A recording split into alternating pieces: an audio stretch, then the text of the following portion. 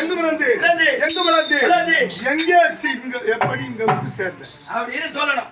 நான் பிறந்த சரித்திரம் யாரு யாருக்கு தெரியும்? தெரியும். ஒன்று சூரிய பகவான், ஒன்று குந்தமாதேவி, இரண்டு கண்ணபிரான், மூன்று யுத்தத்திற்கு துரியோதனும் கண்ணனும் கைத்தட்டிய பிறகுதான் எனக்கே தெரியும். உனக்கே தெரியும் நான் யார் என்பது அதுக்கு பிறகுதான் தெரியுமே. அது எப்படி என்றால் குந்தி போஜ ராஜா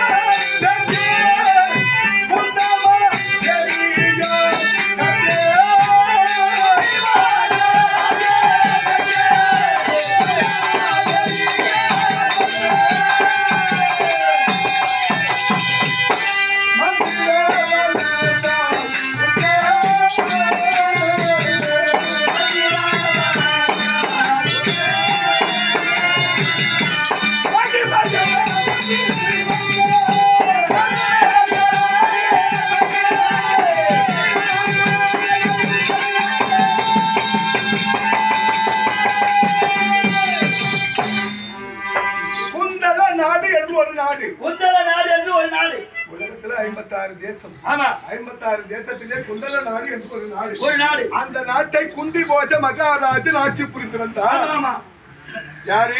குந்தி போஜ மன்னர். நாடு குந்தல நாடு. குந்தல நாடு குந்தி போஜன். ஆமா, சகல செல்வாக்கும் இருக்கிறது. ஆனா ஒன்று குறைவு. என்ன குறைவு? எல்லா பாக்கியமும் உண்டான மனுஷன் உணர்ந்து விட்டானா? ஆமா, இல்ல ஒரு குறை இருக்குதான். ஒரு குறைகள் இருக்கும். ஒரு குறை நிச்சயமா இருக்கத்தான் செய்யும். ஆமா, அப்பேற்பட்ட இருக்கக்கூடாத குறை அந்த மன்னனுக்கு. இருக்கக்கூடாத குறை அந்த மன்னனுக்குன்னா அப்பேற்பட்ட குறை என்னங்க குறை? அது என்ன குறை? மழலை செல்வம் இல்லாத குறை. மழலை செல்வம் குழந்தை இல்லை, குழந்தை பாக்கியம் இல்லை. இல்ல, உலகத்துல பெரிய சொத்தே குழந்தைதான். குழந்தைதான் நம்ம சம்பாதிச்ச சொத்து. நம்ம பேரு சொல்ல வேண்டிய சொத்து. நமக்கு பெருமை சேர்க்கக்கூடிய சொத்து. பிள்ளைத்தான். ஆமா, அதுக்கு பிறகுதான் பத்திரப்பட்டிருமே நம்ம எல்லாத்தையும். ஆமா, அந்த கசமாலாம் பிள்ளைத்தான் முதல் செல்வம். அப்பேற்பட்ட முதல் செல்வம் மழலை செல்வம் இல்லாத குறை. செல்வம் இல்லை குறை. ஒரு குழந்தையே இல்லைன்னா அப்புறம் எதுக்கு அவன் வாழணும் மனுஷன்? ஆமா ஆமா ஆமா, வேதனைப்படுறா. எனக்கு பின் தன் நாடாளவும் மனிதர்களும் அணிந்து ஆட்சி புரியவும் குழந்தை இல்லை என்று யோசித்தார். பல வருடம் யோசிக்கிறார். தெய்வமா பார்த்து கொடுக்குமே என்று ஏங்கி ஏங்கி வேதனைப்பட்டதுதான் இறுதியாக ஒரு எண்ணம். பால்ய நண்பன் சூரசேன மகாராஜனை தேடி போனால் கூடி போச்சு. ஓ, பால்ய நண்பன் சூரசேன மன்னர். எதுகுல சூரசேன குந்தலன் சத்திரியன் பால்ய வயது சிறு பிள்ளைக்கு சின்ன வயசுல பாட்டு பழக்கம். இங்கிருந்து போறார் குந்தி போச்சன். பார்க்கிறார் சூரசேனன். நண்பனை அழைத்தார். அமர செய்தார். நண்பா குந்தி போச்சா, என்னை தேடி போடுவார். காரணம் என்ன? காரணம் என்ன?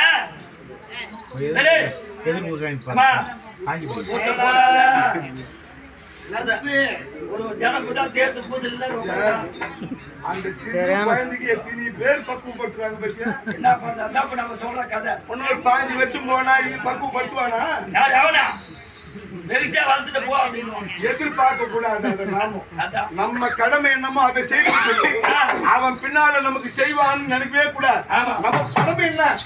நம்ம தோல் மேல வச்சு சுத்தி கொஞ்ச நேரம் வளர்த்து விட்டுருவோம். 2 பேரும் அவனுக்கு உபச்சாரம் பண்றாங்க. அது போல குந்தி போஜனை சூரசேன மகாராஜன் அழைத்து அமர்த்தி என்னை தேடி ஓடி வர காரணம் என்ன? கேட்க குந்தி போஜன் சொல்றா. என்ன சொல்றா? சூரசேனா, எனக்கு குழந்தை பாக்கியம் இல்லை, பிள்ளை பாக்கியம் இல்லாத பாவியாகி விட்டேன்.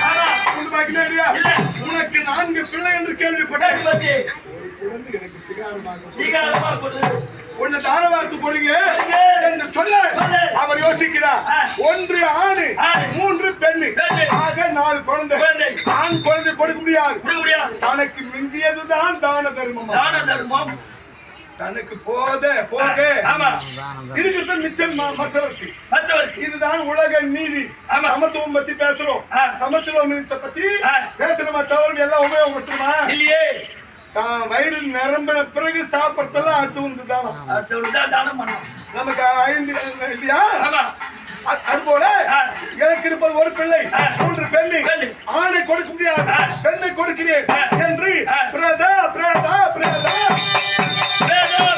என்று சொல்லக்கூடிய பெண்ணை ஒரு குழந்தையை அழைக்கிறார் பெண் குழந்தை வருது என்னப்பான்னு கேட்டு 6 வயது குழந்தை தாளாட சட்டையோடு இருக்குது அம்மா இன்று நாள் முதல் தந்தை உனக்கு நான் அல்ல என் நண்பன் சூரசேனன் சொல்றேன் என் நண்பன் குந்தி போஜன் நான் உனக்கு அப்பா குந்தி போஜன் தான் உனக்கு தந்தை உனக்கு என் நண்பன் குந்தி போஜன் தான் தந்தை என்று சூரசேனன் சொல்ல சரிப்பா ஏற்றுக்கொண்டது தாரை பார்த்து தத்தம் செய்து விட்டார் சூரசேனன் போஜனுக்கு குழந்தை அழைத்தார் தன் நாடு வந்த